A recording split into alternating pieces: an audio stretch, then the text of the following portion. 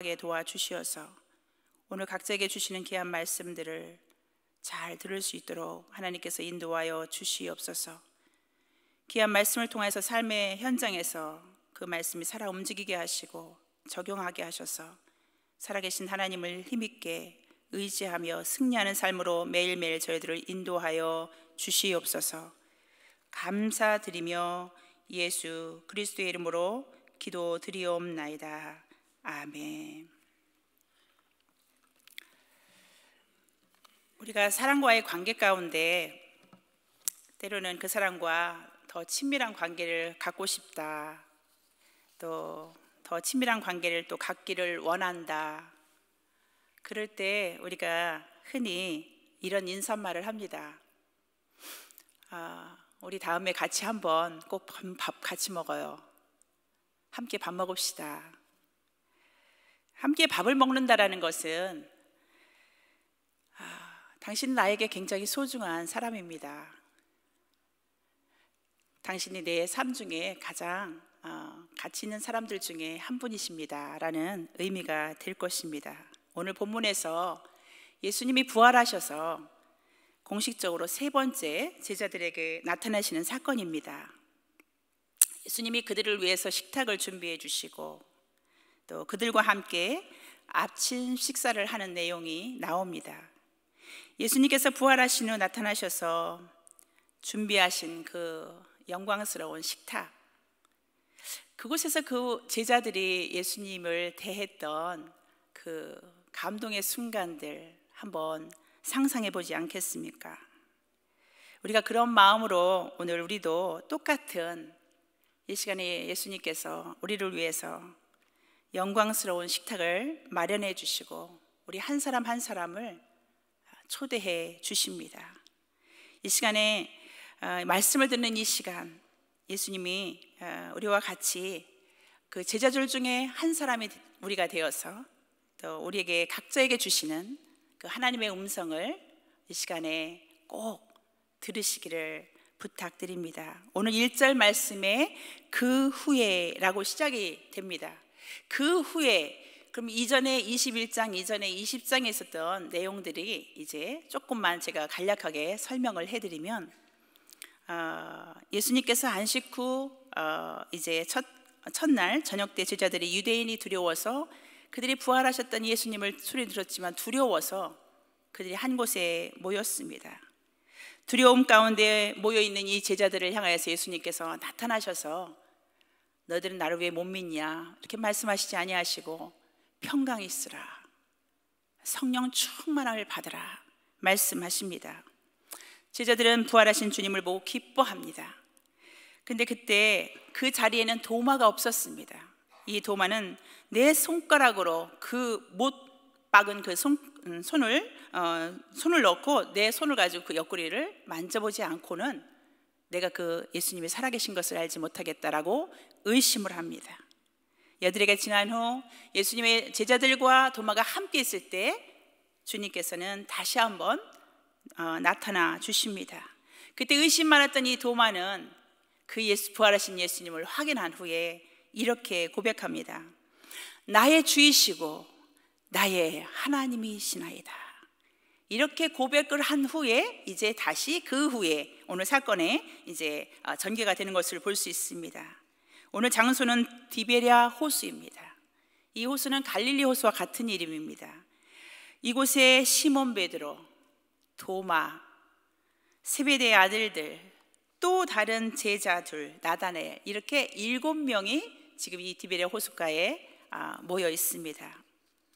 시몬 베드로는 3번이나 저주를 하면서 주님을 떠났던 사람입니다. 도마는 어떻습니까? 끝까지 예수님의 부활을 믿지 아니하고 다른 제자들은 다 믿지만 나는 만져보지 않고 확인하지 않고는 믿을 수가 없겠다 라고 말한 도마, 나다나엘, 충성되고 신실한 종이었죠. 세베대의 아들들, 성격이 굉장히 급했습니다. 또 다른 제자들은 이름조차도 지금 없습니다. 이 모든 제자들, 도마, 베드로, 나다나엘, 세베대의 아들, 다른 제자들, 보통 그냥 사람들입니다. 우리와 어쩌면 성정이 똑같은 그런 사람들이지 않습니까?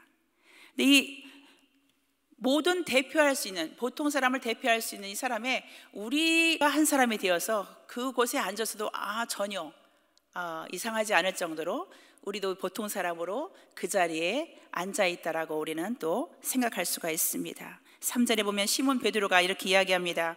나는 물고기를 잡으러 가노라. 그래 우리가 함께 가겠다. 그의 팔로워들이 따라가는 것입니다. 이게 리더 역할을 하는 것입니다. 그래서 디베레 바닷가로 이제 베드로를 따라서 이제 갑니다. 어떤 사람들은 우리가 흔히 성경을 읽을 때 참 잘못된 행동이다. 이 제자들이 부활하신 주님을 만났는데 왜 다시 바닷가로 가서 갈릴리 바닷가로 가서 고기를 잡을까? 부활하신 주님을 만났는데도 불구하고 예수님 어떤 사람은 나타났다, 부활하신 주님이 나타났다, 안 나타났다니까 믿을 수가 없어서 절망해서 자신의 삶의 현장으로 먹고 살기 위해서 갔을까요? 복음서를 읽어보면은 우리의 생각이 잘못됐다라는 것을 알 수가 있습니다. 이들이 갈릴리로 간 것은 부활한 아침에 무덤에서 천사가 이미 예언하셨던 그 말씀을 이 제자들은 그 분부를 순종하고 따른 것임을 볼 수가 있습니다. 성경 말씀에 보면 마태복음 28장 7절입니다. 또 빨리 가서 그의 제자들에게 이르되 그가 죽은 자 가운데서 살아나셨고 너희보다 먼저 갈릴리로 가시나니 거기서 너희가 배우리라 하라. 보라 내가 너희에게 일렀느니라 하거늘. 또한 마태복음 28장 10절입니다. 이에 예수께서 가라사대 내 형제들에게 가서 갈릴리로 가라 하라. 거기서 나를 보리라 하시니라. 마가복음 14장 27, 28절에 보면 예수께서 제자들에게 이르시되 너희가 나를 버리리라. 그러나 내가 살아난 후에 너희보다 먼저 갈릴리로 가리라. 또 마태복음 16장 7절에 보면 가서 그의 제자들과 베드로에게 이르시기를 예수께서 너희보다 먼저 갈릴리로 가시나니 거기서 너희가 배우리라 하라. 보라 내가 너희에게 일렀느니라. 그렇습니다. 7 제자는 부활하신 예수님을 만나고 실망해서 바닷가에 가서 자기 삶의 현장에 돌아간 것이 아니라 주님이 분부하신 그 말씀을 순종하기 위해서 이 갈릴리로 베드로와 함께 갔던 것을 볼 수 있습니다. 이들은 그곳에 가서 밤이 맞도록 이제 그곳에서 지냅니다. 어쩌면 그곳에 가서 무료하게 아무것도 하지 않고 그냥 주님이 나타나신다라는 그 기대의 말씀을 가지고 그곳에 서 있을 때 어쩌면 무료했을 수도 있습니다. 아니면 배가 고파 올 수도 있습니다. 그래서 이들이 이제 자신들이 했던 예수님을 따르기 전에 직업이 어부였지 않습니까? 그래서 다시 한번 이제 고기를 잡기 시작합니다. 자신의 경험에 의지해서 가장 잘하는 일이 아니겠습니까? 그래서 자신의 경험에 의지해서 바닷가에 그물을 던집니다. 밤이 맞도록 수고와 애를 쓰고 밤새 그물질을 했지만 고기는 한 마리도 잡지 못했습니다. 어쩌면 육체적으로 얼마나 지쳤을까요? 또 얼마나 추웠을까요? 이 중동 지역에 가면 저도 한번 가본 일이 있는데요. 낮에는 너무 뜨겁습니다. 이 사막이 이 발을 내디딜 수 없을 정도로 발이 그 슬리퍼를 신으면 이 모래가 이 발 밑에서 얼마나 뜨거운지 모릅니다. 밖에 있을 수가 없을 정도로 뜨겁습니다. 그런데 밤에는 또 얼마나 겨울인지 몰라요. 담요를 가지고 시내선에 올라가야 돼요. 너무 추워서. 낮과 밤의 기온이 차인데 이 제자들은 지금 그곳에서 밤을 맞도록 물과의 싸움인데 얼마나 추웠겠습니까? 그런데 한 마리도 고기를 잡지를 못하고 기진되고 지쳐가 있었습니다. 그의 헛수고와 헛손질은 허망하기까지 합니다. 이제 새벽에 미명이 이제 동틀 때까지 이르렀습니다. 그런데 날이 새어갈 때 그곳에 예수님이 서 계셨습니다. 그 예수님은 그 제자들이 지치고 힘들고 자기 힘으로 뭔가를 해보려고 하는 그 모습을 다 지켜보셨다라는 사실입니다. 왜 주님이 조금 더 일찍 나타나시면 좋은데 왜 그들을 계속해서 지켜보셨을까요? 예수님께서 지쳐있는 이 제자들을 향해서 말씀하십니다. 5절입니다. 예수께서 이르시되 얘들아 너희에게 고기가 있느냐? 대답하되 없나이다. 그 얘들아라는 이 의미는요, 파이디온 이 원어에 보면 굉장히 친근하고 다정하게 부르시는 그 예수님의 언어인 것을 볼 수가 있습니다. 이 제자들이 자신의 힘으로 자신의 경험으로 얼마나 열심히 이런 아이디어 저런 아이디어 내면서 고기를 잡았겠습니까? 한 마리도 잡지를 못합니다. 그러니까 예수님이 말씀의 질문에 너희들이 고기가 있느냐? 없나이다. 포기한 거예요. 자신의 힘으로 무엇인가를 열심히 다 해봤지만 이제는 정말 할 수가 없구나, 내 힘으로 할 수가 없는 것이구나, 포기한 것이죠. 심플하게 없습니다. 예수님은 그때 그들에게 디렉션을 주십니다.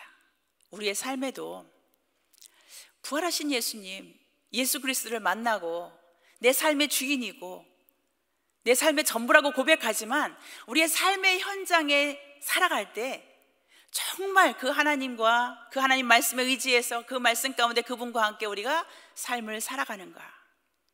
어쩌면 이렇게 아침에 부지런하신 분들은 꼭 새벽기도 다 나오시잖아요. 새벽기도 나오시고 아침에 큐티도 하시고, 그리고 오늘은 새벽기도 갔고 큐티도 했고 하루를 말씀으로 시작했으니까 가슴이 뿌듯합니다. 그리고 삶의 현장으로 들어갑니다. 그리고 삶의 현장에서는 경계선을 세워놓고 내 방법, 내 경험, 내 생각, 내 의지대로 혹시 살아가고 있지는 않습니까? 그럴 때 우리 삶 가운데 아무리 노력해도요, 아무것도 잡을 수가 없다라는 것을 우리에게 지금 주님은 가르쳐 주시는 것입니다. 그래서 내 방법과 내 경험대로 아무리 해봐도 나 포기했습니다, 하나님 이제 손듭니다 할 때 주님이 일하셔요. 내 의지가 조금이라도 남아있으면 하나님은 기다리십니다. 그 모습을 보고 안타까워하십니다.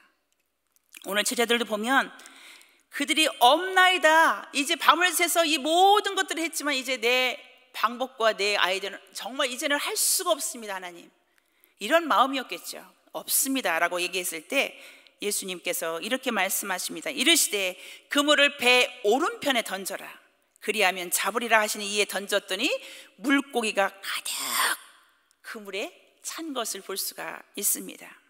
말씀에 의지해서 순종할 때 말씀을 들어요. 근데 이 말씀을 듣고 이해를 하는데 삶의 현장에 가서 순종하기까지는 힘든 것입니다. 그래서 사단이 오늘 우리에게 유혹을 할 때 어떻게 유혹하냐면, 하나님의 말씀을 열심히 읽어라, 그리고 하나님의 말씀을 열심히 들어라, 그리고 하나님이 말씀하실 때 순종하는 것은 다음에, 이 다음에 형편이 되면 딜레이 얼마든지 할 수 있다 라고 사단은 우리에게 가르친다는 사실입니다. 오늘 말씀에 의지해서 이 제자들이 던졌을 때 그물에 고기가 가득 찼던 것을 볼 수가 있습니다. 예수님이 우리와 늘 함께 하십니다. 우리가 절망 가운데 있든 우리가 기쁨 가운데 있든 어떤 상황 가운데 있든 주님은 우리를 떠나지 아니하시고 우리의 모습을 다 지켜보고 계십니다. 내가 인생 가운데 허망한 다름질을 달려갈 때도 주님은 안타까운 마음으로 우리를 바라보십니다. 헛된 것을 찾고 허망한 것을 향하여서 추구하고 살아갈 때도 주님은 우리를 지켜보십니다. 그리고 우리가 지쳐갈 때쯤 주님은 우리에게 이렇게 질문하십니다. 누구야? 내가 그리스도 안에서 풍성한 삶을 살아가고 있느냐? 네 마음에 참된 만족이 있느냐? 여러분의 대답은 어떻습니까? 네, 그렇습니다. 자신 있게 이야기하실 수 있는 성도님들도 계실 것입니다. 그렇지만 대부분은 아니요,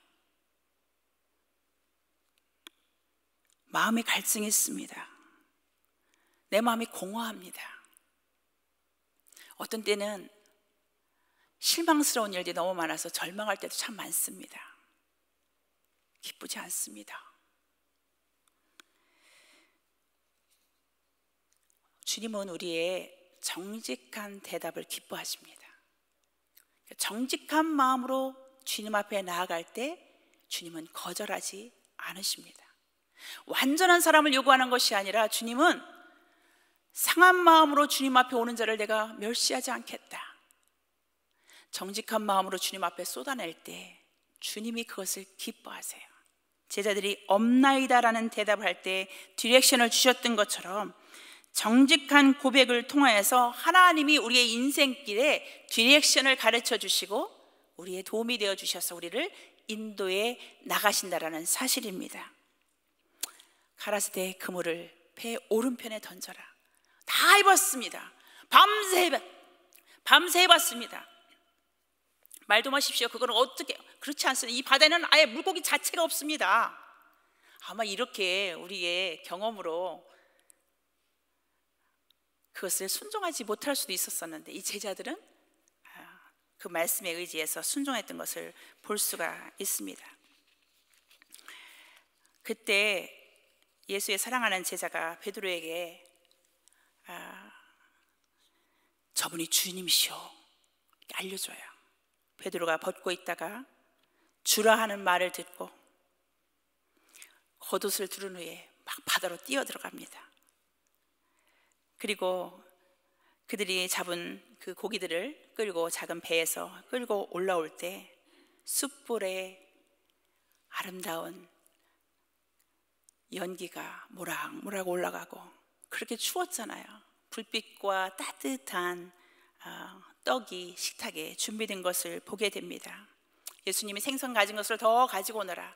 풍성하게 그들에게 주님과 함께 거하는 삶이 얼마나 풍성한지를 가르쳐 주고 싶어 하시는 주님의 마음을 엿볼 수가 있습니다. 육지에 가득 찬 그 물고기가 베드로가 올라가서 이제 세기 시작합니다. 하나, 둘, 셋. 와, 살몬이 20개야, 피레미가 몇 개야, 뭐 청어가 몇 개야 이러면서 막 기뻐서 막 이 제자들이 환호성을 지었을 것입니다. 그물이 찢어지지 않았습니다. 어떤 성경학자들은 또 이렇게 해석을 합니다. 153의 의미가 무엇이냐. 여러 학자들이 분분한 의견이 있지만 정확한 그 뜻을 뒷받침하는 신빙성 있는 그런 해석은 아직 찾아볼 수는 없습니다. 어떤 사람은 물고기가 바닷속에 종류가 153개가 있어서 그 종류대로 하나님이 다 잡게 하셨다, 뭐 이런 이야기도 있지만 그것을 뒷받침할 만한 신빙성 있는 또 자료는 그렇게 많지가 않습니다. 일단 153개. 그래서 저희들이 이렇게 좀 정서적으로 좀 오래되신 분들은, 오래 연배가 있으신 분들은 옛날에 우리가 자주 사용했던 모나미 볼펜 많이 사용하지 않았습니까? 거기에 153이라고 이렇게 글씨가 써 있습니다. 이 파운더가 여기에서 창안해서 주님 안에서 풍성한 삶을 살아가는 사람들의 그 아이디어를 고안해서 153 모나미 볼펜, 제가 광고하는 것은 아닙니다. 그렇게 또 아이디어를 창안했던 것을 볼 수 있습니다.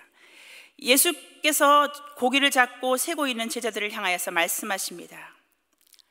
와서 아침을 먹어라. 제자들은 예수님이 누구신지를 알기 때문에 감히 그분 앞에서 침묵을 합니다. 아무 소리를 하지 않습니다. 그때 비로소 제자들이 그 말씀하시는 분이 누구신지 진정으로 더 깨닫게 되고, 아무도 당신이 누구십니까? 당신이 어떤 분이십니까? 라고 질문하지 않습니다. 왜 아무 말이 없었을까요? 전 묵상 한번 해봤습니다. 왜 아무 말을 없었을까? 만약에 베드로와 도마의 입장에서 한번 생각해 보았습니다. 할 말이 없었을 것 같아요. 제 자신에게 다시 한번 또 적용해 보기도 했습니다. 그 부활하신 주님을 만났을 때 그분이 나를 위해서 사랑하는 식탁을 마련해 주시고 와서 먹으라 따뜻하게 초대해 주시는 그 주님 앞에 우리는 어떤 모습으로 어떤 생각을 할 수 있을까? 어쩌면 그동안에 하나님 앞에 영화로운 삶을 살아가요 주님 앞에 영광을 돌려드려야 되는데 감사하지 않았던 삶, 회개가 될 것입니다. 허망한 마음으로 미련하여서 어둠 가운데 살았던 나의 죄된 삶, 스스로 지혜롭게 생각하고 어리석은 삶을 향해서 걸었던 교만한 마음, 부끄러운 욕심에 내보였던 나만에 위한 자기 만족의 삶, 불의와 추악과 시기와 분쟁과 부모를 거역하는 것과 수군수군 되는 것과 비방하는 것, 그 무엇보다도 내 삶의 온 모든 영역에 하나님이 통치하시고 일해 나가시는 하나님의 주권, 하나님의 주인 되심을 온전히 인정하고 살지 못했던 나의 지난 날의 부끄러움이 팍 올라왔을 것 같아요. 우리 내면에 죄로 얼룩진 상처들 인해서 부끄러움에 어쩌면 아무 말 하지 못하고 그분의 사랑 앞에 그냥 아무 말이 필요 없었을 것 같습니다. 제자들이 침묵하고 있을 때 예수님은 그 침묵을 깨고 일어나십니다. 그리고 걸어가셔서 떡을 가져다가 제자들에게 나눠주십니다. 그리고 다시 일어나가셔서 생선을 또 그들에게 나누어 주십니다. 예수님이 부활하셔 십자가에 못 박혀 죽으시기 전에 자신을 팔려고 했던 유다, 3번이나 부인하고 저주하며 떠나던 베드로, 주님은 다 아셨습니다.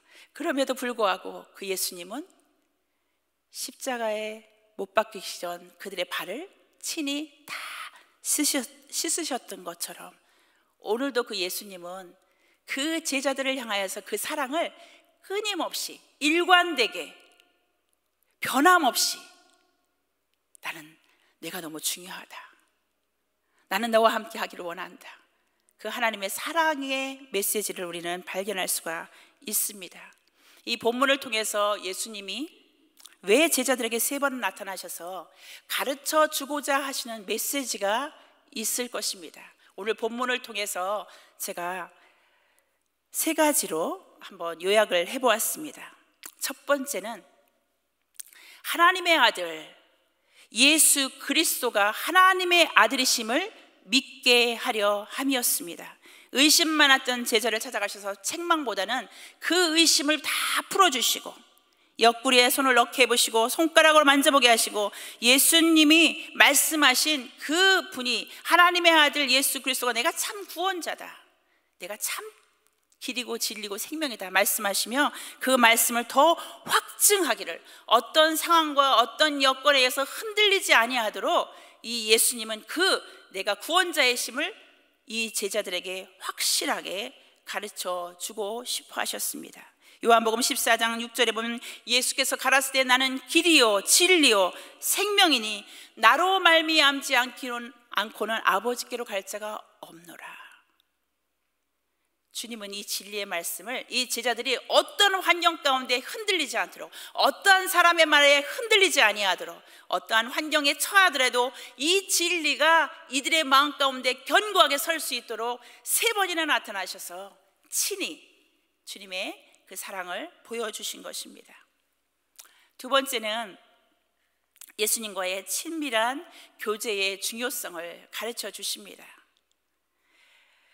갈릴리에서 만나자 하시고 천사를 통해서 이미 또 다른 예수님이 직접도 말씀하시고 갈릴리에 내가 먼저 거기서 있을 것이다, 내가 너희들을 만날 것이다 라고 계속해서 제자들의 그 불안감을 해소시켜 주시고 이야기하신 것을 볼 수 있습니다. 예수님을 의지해서 그 말씀 가운데 그물을 던졌을 때 풍성한 열매를 맺었던 것처럼 우리도 주님 안에 붙어 있어서 그분 안에 거할 때 우리의 삶이 풍성해질 수가 있는 것입니다. 요한복음 15장 보면은 나는 포도나무고 너희는 가지다 말씀하시지 않습니까? 뗄래야 뗄 수 없고 내가 그 안에 너희가 내 안에 거하면 무엇이든지 원하는 대로 구하라 그리하면 이루리라.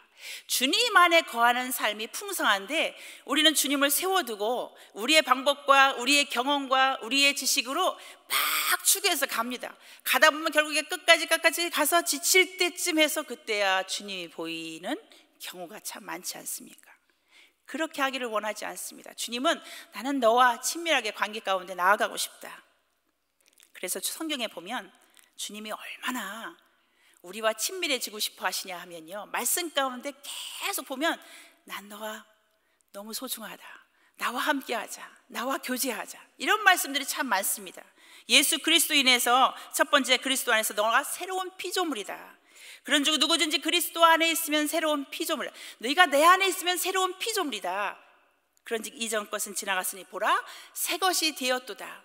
새 것이 점점 되는 것이 아니라 예수 그리스도를 내 삶의 구세주로 모시는 그분 안에 거할 때 우리의 신분이 완전히 바뀌는 거예요. 새로운 존재로, 점점점이 아니라 즉각적으로. 더 이상 죄의 노예가 되어서 살아가는 존재가 아니라 하나님의 그리스도의 생명을 덧입은 생명의 이전 것은 지나갔으니 보라 새 것이 되었도다. 새로운 존재가 된 것입니다. 누구를 통해서요? 예수 그리스도를 통해서. 두 번째는 그리스도에는 남편이라고도 비유를 합니다. 부부가 가장 가깝지 않습니까? 부부만의 아는 비밀이 있지 않습니까? 친밀한 관계, 하나님을 안다라는 의미가 부부간의 친밀한 관계의 안과 똑같은 의미입니다. 안다. 근데 오늘 보니까 말씀 보니까 고린도후서 11장 2절에 바울이 어떻게 얘기했냐면요, 내가 하나님의 열심으로 너희를 위하여 열심을 내노니 내가 너희를 정결한 처녀로 한 남편이 누구요? 그리스도께. 남편 신랑이신 거예요. 중매함이로다. 얼마나 가까이 있고 싶어 하시면 표현을 하시기를, 그렇죠? 신랑이라도 표현하시지 않았습니까? 바울이 얘기하는 거예요. 그리스도의 남편이다. 너희 남편이다. 여기 혹시 남편이 안 계신 분들 너무 걱정하지 마십시오. 친히 주님이 남편이 되어주셔서 돌보시고 책임져 주신다고 말씀하시지 않습니까? 뿐만이 아니라 우리 모두에게 이렇게 비유적으로 말씀해 주십니다. 그리고 그리스도는 우리의 친구라 말씀하십니다. 친구는 부모에게 이야기를 안 해도 친구끼리는 비밀을 이야기하는 경우가 있지 않습니까? 가까운 친구에게 뭐든지 다 얘기하는 거예요. 너희는 내가 명하는 대로 행하면 곧 나의 친구라. 얼마나 가까워지고 싶어 하시는 주님의 마음을 아시겠습니까? 주님과 합하여 주님과 한 영이 된 자라고 말씀하십니다. 고린도전서 6장 17절 주와 합하는 자는 한 영이니라. 그리스도의 몸이라고도 말씀하십니다. 유기체로 몸에 붙어있는 지체로 또 표현하십니다. 너희는 그리스도의 몸이요 지체의 각 부분이라. 떨어지면 살 수가 없잖아요. 예수님의 생명을 나타나는 자, 또 포도나무 가지, 아까 말씀드렸던 요한복음 15장 5절 말씀, 나는 포도나무요 너희는 가지다. 그가 내 안에 내가 그 안에 거하면 무엇 사람이 많은 열매를 맺나니 나를 떠나서는 너희가 아무것도 할 수 없음이니라. 나는 얼마나 주님과 친밀한 관계에 서 계십니까?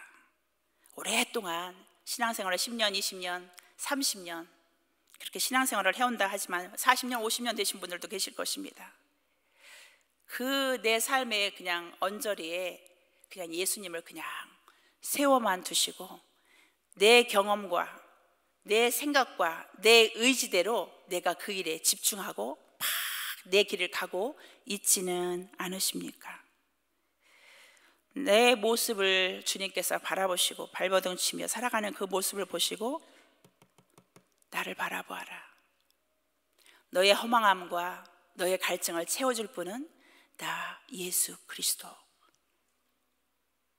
오직 예수 그리스도라 말씀하시는 주님의 음성을 들으시기를 소망합니다. 내게로 오라. 나와 함께 교제하자. 나와 함께 식탁하자. 너는 내게 너무 소중한 존재이다. 이렇게 주님께서 우리에게 말씀하십니다. 마지막입니다. 마지막에 인격적으로 또 영적으로 다시 회복하기를 원하시는 주님의 마음을 우리는 엿볼 수 있습니다. 누가복음 5장 1절부터 11절에 보면 똑같은 거의 비슷한 상황에서 이 베드로를 부르시는 장면이 나옵니다. 예수님께서 게네사렛 호숫가에 서서 배가 두 척이 있는데 그 중에 베드로의 배에 앉으시고 무리들을 가르치십니다. 그리고 말씀을 다 마치신 다음에 시몬 베드로에게 이르되 깊은 데로 가서 그물을 던져라. 베드로가 이야기합니다. 우리가 밤새도록 수고했는데 아무것도 잡지 못했습니다. 그렇지만 말씀에 의지해서 내가 그물을 던지겠습니다. 그랬을 때 고기가 그물에 찢어질 정도로 많이 잡혔던 것을 볼 수가 있습니다. 말씀에 의지해서 베드로는 그 순종했을 때, 그리고 예수님이 그 고기를 많이 잡은 그 베드로의 모습을 보며 예수님은 이 베드로를 향해서 또한 사명을 주십니다. 사명을 받기 전에 이 베드로가 고백이 있었습니다. 주님, 무릎 앞에 엎드려, 예수님의 무릎 앞에 엎드려 가로되 주여 나를 떠나소서, 나를 떠나시옵소서, 나는 죄인이로소이다 하고 고백합니다. 무서워 말라, 두려워 말라. 예수님 말씀하시며 죄를 고백하는 이 베드로를 향하여서 내가 이후로는 사람을 취하리라. 더 이상 물고기 취하는 사람이 아니라 사람 낚는 어부를 만들어 주시는 소명을 주시는 것을 볼 수가 있습니다. 예수께서 누가복음 5장 10절 시몬에게 일러 가라사대 무서워 말라, 이제 후로는 내가 사람을 취하리라 하시니, 실패감으로 무너진, 어쩌면 이 베드로는 부활하신 주님의 소식을 들었지만 자신이 3번이나 주님을 철저하게 부인하고 저주하고 떠났던 죄책감, 어쩌면 그 실패감 때문에 마음이 많이 무거웠을 수도 있습니다. 그래서 이 베드로에게 찾아오셔서 인격적으로 영적으로 다시 한번 회복하기를 원하시는 그 하나님의 사랑이 얼마나 묻어나는지요. 토마도 마찬가지였을 것입니다. 정서적으로, 영적으로, 인격적으로 회복되어져야 되는 그 모습을 우리 예수님께서는 보았던 것입니다. 베드로를 포함하여, 도마를 포함하여 우리의 모습은 어떻습니까? 베드로보다 못한 저희들의 모습은 또한 어떻습니까? 주님을 멀리 떠나 상처로 얼룩져 있는 절망 가운데 있는 영혼들은 없으십니까? 방황하다 그 말씀을 가운데 말씀을 읽어도 이전에 그 감동은 다 사라지고 무뎌진 상황 가운데 우리가 그냥 내 영혼을 방치하고 계시지는 않습니까? 우리가 이런 경우에 주님께서 우리를 초대해 주셨습니다. 이 자리에 초대해 주셔서 우리에게 또 말씀하십니다. 우리는 어떤 말을 주님 앞에 드릴 수가 있겠습니까? 아무 말도 필요가 없을 것 같습니다. 조용히 주님과 함께 식사하며 그 마음 한가운데는 그 추웠던, 너무너무 추워서 경직되었던 내 모든 육체의 근육과 이런 것들이 그냥 서로 그 주님의 따뜻한 숯불과 함께 그 식탁에 앉아있을 때 그냥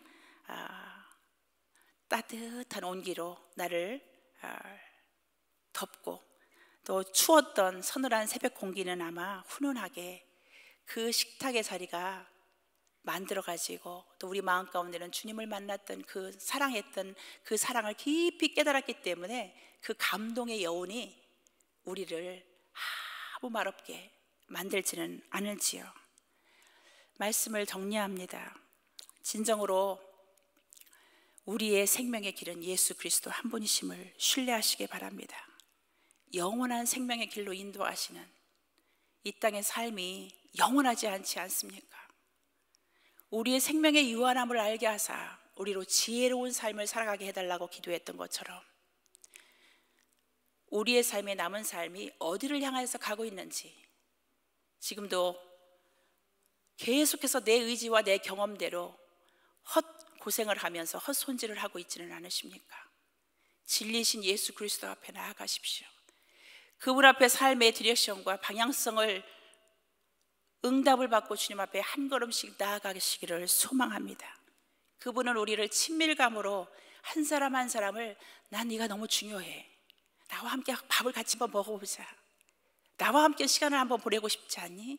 초대해 주시는 그 음성에 거절하지 아니하시고 매일매일 우리의 삶의 영역 가운데 그 풍성하신 하나님의 은혜를 경험하기를 소망합니다.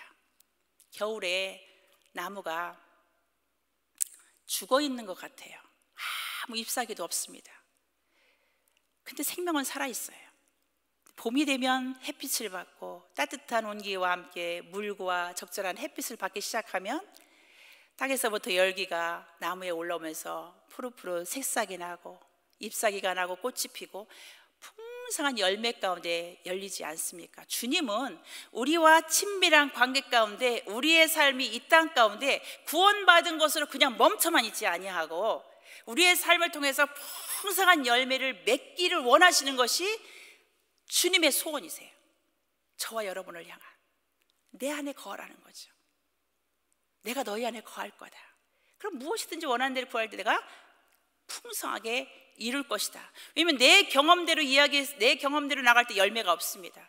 육적으로 볼 때, 세상적으로 볼 때 열매가 있을지 모르지만 nothing, 아무것도 아니에요. 주님이 우리를 마지막에 부르셨을 때 그분 앞에 섰을 때 그 열매들이 아무것도 없을 수 있습니다. 무엇을 향해서 가고 있습니까? 주님은 내 안에 거하라, 친밀하자, 나와 교제하자, 난 네가 너무 중요하다. 그 음성을 거절하지 않으시기를 소망합니다. 마지막 세 번째는 우리가 죄책감, 우울감, 거기에 빠지지 않고 주님 앞에 정직하게 고백하며 주님 앞에 나아가기를 주님은 원하십니다. 진정한 회개를 통하여서 하나님과의 인격적인 회복의 관계 가운데 나아갈 때 주님이 어떤 분이신지를 저와 여러분을 통하여서 그 영광을 주님 앞에 올려드리고 저와 여러분을 통하여서 많은 생명들을 예수 그리스도께 인도하는 복의 통로가 되실 것입니다. 오늘 말씀을 마무리합니다.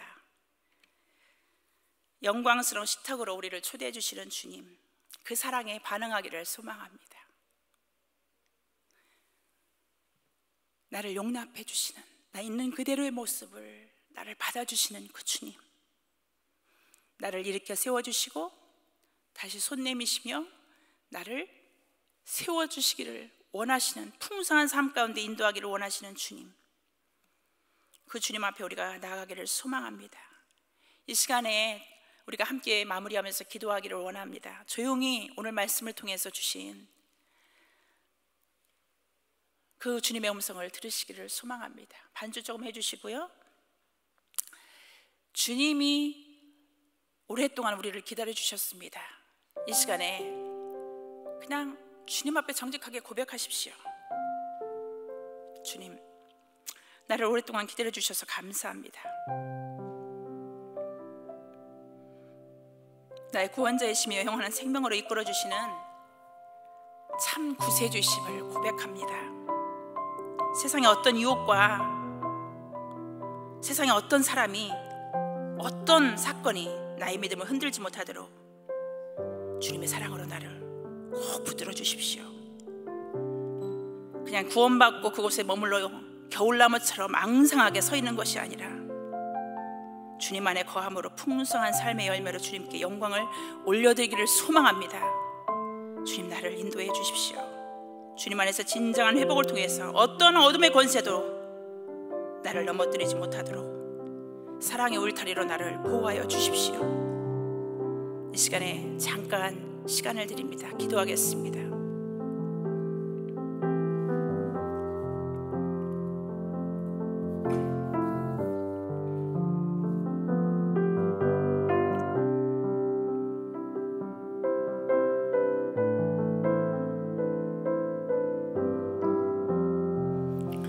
예수님의 이름으로 기도합니다. 다 같이 일어나셔서 찬송가 85장 1절만 부르시고 축도함으로 예배에 마치도록 하겠습니다.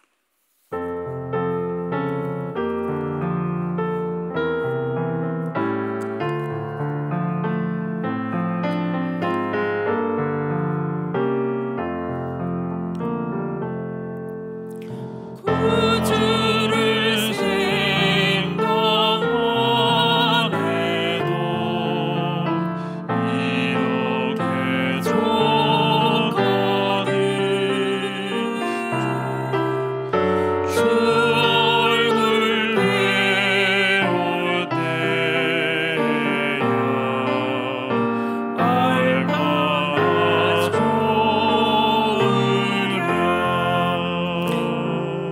지금은 우리를 사랑하실 때 끝까지 사랑하시는 하나님의 사랑과 우리에게 은혜를 주셔서 죄의 사망 권세에서 생명으로 인도해 주시는